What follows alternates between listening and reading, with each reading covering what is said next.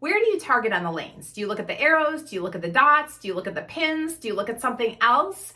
I have some thoughts on different places that you can look and how that affects your ball motion on the lanes. And I think it's pretty interesting, so I'm going to share it with you next. Stay tuned.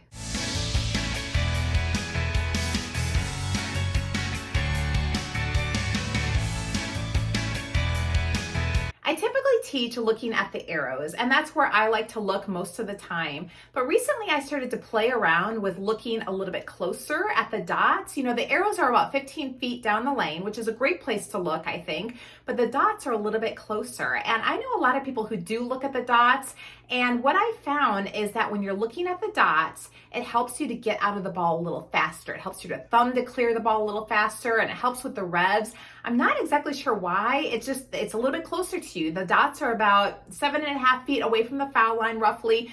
And for some reason, it helps you to just kind of get out of the ball a little faster. Now, if you want the ball to go a little bit longer, maybe the pattern kind of warrants that and you want it to get down lane a little bit before it hooks back towards the pins, maybe try looking past the arrows, a little bit further distance down the lane. So I'm curious if you've ever played around with this and where you look, how it's affected your ball speed, your revs, your ball motion, what you like better, what your comfort zone is, and maybe testing yourself to get out of your comfort zone and seeing if that makes a difference in your ball motion. I'd love to hear from you guys on that.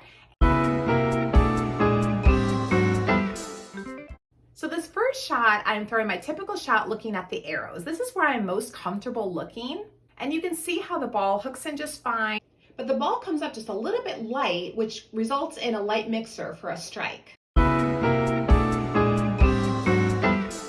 But on the second shot, I'm looking at the dots. And what I found with myself is it really helps me to clear the ball faster, helps my hand to just kind of release it faster, kind of that yo-yo effect, getting out of the ball faster, getting my fingers around it. And it helps with my ball speed, my revs on the ball, and it helps to have a little bit harder impact on the pins. And you can see here that the result was a flush strike.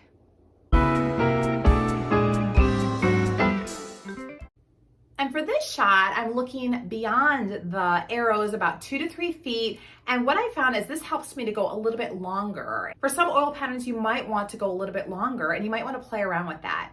And the result was a light hit and it left a 2-pin.